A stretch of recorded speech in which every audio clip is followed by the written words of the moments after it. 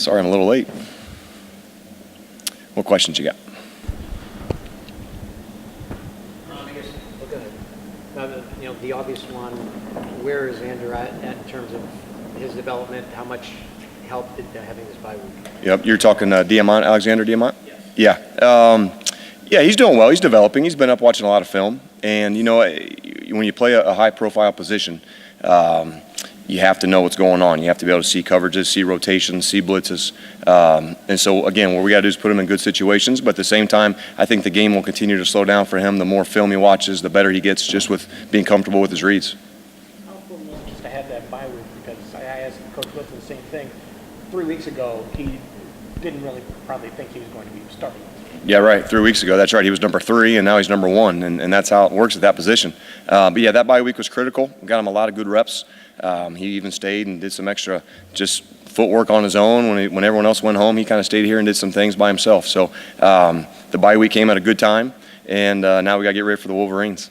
What kind of challenges did they present? Big time. They're a great defense. They're one of the best defenses in the Big Ten. They're going to stop the run, bring multiple blitzes, and force them, again, to see safeties and coverages. But, he'll be ready and he'll be prepared, and we'll put together a good plan for him, and we just have to go out and execute that plan. And you're asking a kid, I guess, and it's not just because of the circumstances, who's probably a year away from physically, emotionally, mentally being ready, and now you've got to accelerate that by 12 months. It's kind of like asking a kid to grow a beard when he's not ready yet. Yep. How do you? Well, it's not easy, but we got to get them ready. And really, what we've done is we went back through our installation plays from the day one, first day of camp, and let's just go back through and let's just rehash everything, and let's see kind of what sticks and what do you remember and what can you process. And so what we have to do is gear things toward what he can handle, what he can do, what he's good at, what can he manage. But yeah, it's not easy at all. We're not in a good situation from a quarterback standpoint, from an experience standpoint. But we still have all the confidence in the world in him. He believes in himself. He's a very confident young man, and he can go out and make a ton of plays for us. Is it a case of with a young quarterback like that you just have to help him try not to do too much?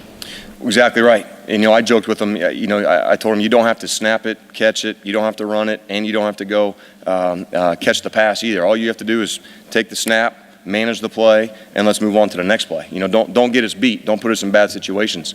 But there are some challenges there in front of him. But again, I feel good about his growth just in the 2 weeks that he's been sort of ramped up, if you will. Have you started to tweak the playbook a little bit around what you think he does well? Yeah, a little bit. We have. We have to be smart with what we ask him to do. And I'm not sure if it's tweaking and adjusting as much as it is maybe just maybe cutting some things down and just focus on a few concepts and let's see what we can get good at and see how we can go make some plays in space with Tevin and Shane and Stoner and some of those guys.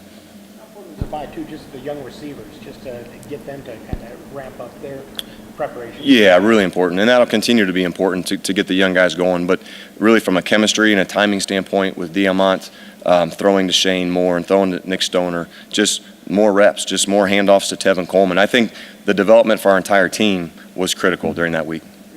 But the inconsistency you've seen from the young receivers, whether it be Dominic Booth or Jason Harris, just how they're dealing with that. Yeah, they're learning. They're great kids, and that's the thing I love about them is they come every day ready to work, ready to learn. They don't take anything personal. But, man, they're playing with great effort. They show up with great attitudes every day. And there's going to be a learning curve. There has to be. Same with Diamont. There was with Cody Latimer and Shane Wynn 4 years ago. It's just a nature of the position they play.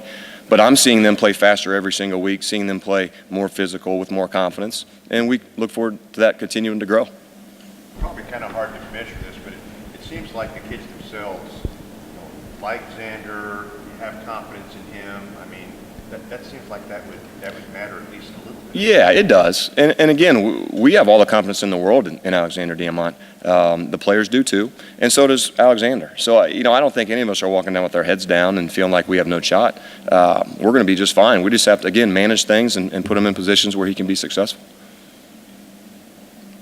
You mentioned that Diamont's a fairly self-confident guy. Have you seen it kind of grow a little bit more in terms of on-field, in terms of more confident in you guys? Yeah, a little bit. I think if I've seen anything grow, it was the realization that after the Michigan State game, his eyes were a lot bigger, like, wow, these guys come fast. And, and there's nothing like that game speed. We can't simulate that in practice.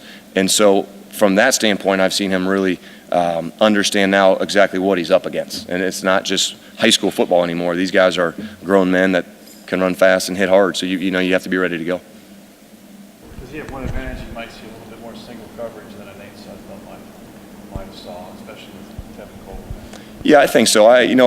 We understand what we've done well so far this year. We've been able to run the ball at a high level. I would expect teams to load up to stop the run and put us in one-on-one situations.